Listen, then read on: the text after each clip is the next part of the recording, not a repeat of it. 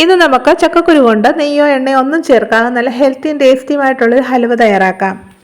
ഒരു കുക്കറിലോട്ട് 1 കപ്പ് ചക്കക്കുരു ഇട്ട് കൊടുത്ത് അതിലോട്ട് 1.5 കപ്പ് വെള്ളം കൂടി ഒഴിച്ച് കൊടുത്തിട്ട് 4-5 വിസിലടുപ്പിച്ച് നല്ലതായിട്ടൊന്ന് വേവിച്ചെടുക്കണം.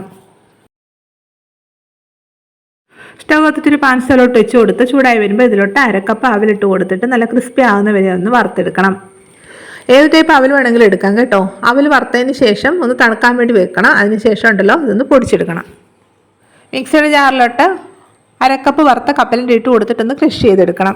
ഇത് നമുക്ക് സൈഡിലോട്ട് മാറ്റി വെക്കാം. എന്നിട്ട് അവലൊന്ന് പൊടിച്ചെടുക്കണം.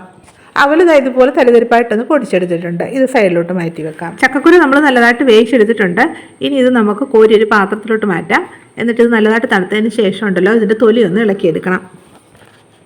ചക്കക്കുരുവൊക്കെ നല്ലതായിട്ട് തണുത്തു. ഇനി ഇതിൻ്റെ പുറത്തുള്ള ആ തൊലി അങ്ങ് ഇളക്കിക്കളയാം. തൊലി മാറ്റിയെടുത്ത് ചക്കക്കുരു ഒരു മിക്സിയുടെ ജാറിലോട്ട് ഇട്ട് കൊടുക്കാം. ചക്കക്കുരു നല്ലതായിട്ടൊന്ന് അരച്ചെടുക്കണം. നമ്മൾ ഇതിലോട്ട് കുറച്ച് തേങ്ങാപ്പാൽ ഒഴിച്ചു കൊടുത്തിട്ടാണ് അരച്ചെടുക്കുന്നത്. വലിയൊരു തേങ്ങയുടെ പകുതി ചിരകി എടുത്തിട്ട് അതിലോട്ട് ഞാൻ 1.5 കപ്പ് വെള്ളം 2 പ്രാവശ്യമായിട്ട് ഒഴിച്ചു കൊടുത്തിട്ട് തയ്യാറാക്കിയ തേങ്ങാപ്പാലാണിത് കേട്ടോ. ഇതിൽ നിന്ന് ഒരു 1/2 കപ്പ് പാല് ചക്കക്കുരുവിലോട്ട് ഒഴിച്ചു കൊടുത്തിട്ട് നല്ലതായിട്ട് ഇതൊന്ന് അരച്ചെടുക്കാം.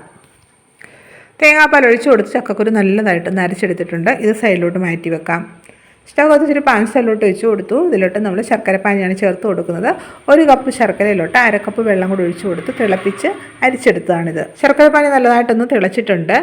ഇനി ഇതിലോട്ട് അരച്ച് വെച്ചിരിക്കുന്ന ചക്കക്കുരുവിൻ്റെ പേസ്റ്റ് ചേർത്ത് കൊടുക്കാം. ഇനി ഇത് നല്ലതായിട്ടൊന്ന് ഇളക്കി കൊടുക്കണം.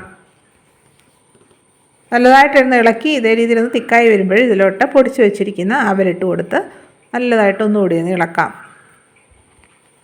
ഇനി ഇതിലോട്ട് ബാക്കിയുള്ള തേങ്ങാപ്പാലും കൂടി ചേർത്ത് കൊടുത്തിട്ട് നന്നായിട്ട് ഇളക്കിയെടുക്കണം. തേങ്ങാപ്പാൽ ചേർത്ത് കൊടുക്കുന്നത് കൊണ്ട് ഇതിലോട്ട് വേറെ നെയ്യോ അല്ലെങ്കിൽ എണ്ണയോ ഒന്നും ചേർക്കേണ്ട ആവശ്യമില്ല. ഈ തേങ്ങാപ്പാലുണ്ടല്ലോ തിളച്ച് വറ്റുമ്പോൾ അതിൽ നിന്നുള്ള എണ്ണമയം ഇറങ്ങി വന്നോളും. ഇനി ഇതിലോട്ട് 2 നുള്ളി ഉപ്പും പൊടിച്ച് വെച്ചിരിക്കുന്ന കപ്പലണ്ടി കൂടി ഇട്ട് കൊടുത്തിട്ട് നന്നായിട്ട് ഇളക്കിയെടുക്കണം. കുറച്ചുകൂടി ഒന്ന് തിക്കായി വരുമ്പോൾ ഇതിലോട്ട് 1 ടീസ്പൂൺ ഏലക്കാപ്പൊടിയും കൂടി ചേർക്കണം. പഞ്ചസാരയും കൂടി ചേർത്ത് പൊടിച്ച ഏലക്കാപ്പൊടിയാണ് കേട്ടോ. ഇതിലെ വെള്ളമയം എല്ലാം വറ്റി പാത്രത്തിൽ നിന്ന് വിട്ട് വരുന്ന ഒരു പരുവാവുമല്ലോ, അതുവരെ ഒന്ന് ഇളക്കി കൊടുക്കണം.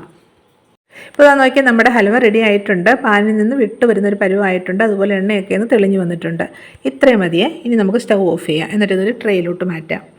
ഇനി ഇത് എണ്ണ തടവി ഒരു ട്രേയിലോട്ട് മാറ്റി ഒന്ന് തണുക്കാൻ വേണ്ടി വെക്കണം. എന്നിട്ട് നല്ലതായിട്ട് തണുത്തതിന് ശേഷം കട്ട് ചെയ്ത് നമുക്ക് കഴിക്കാം. ഇത് നല്ലതായിട്ട് തണുത്ത് കഴിയുമ്പോൾ ഇതിൻ്റെ സൈഡ് കത്തി വെച്ച് ഇളക്കിയതിന് ശേഷം മുകളിലോട്ട് ഒരു പ്ലേറ്റ് കമഴ്ത്തി വെച്ചിട്ടൊന്ന് തിരിച്ചിട്ട് കൊടുക്കുമ്പോൾ ഈസി ആയിട്ട് ഇളകി വരും. ഇനി ഇത് നമുക്ക് ഇഷ്ടമുള്ള ഷേപ്പിൽ കട്ട് ചെയ്ത് കഴിക്കാം. എല്ലാവരും ട്രൈ ചെയ്ത് നോക്കണേ.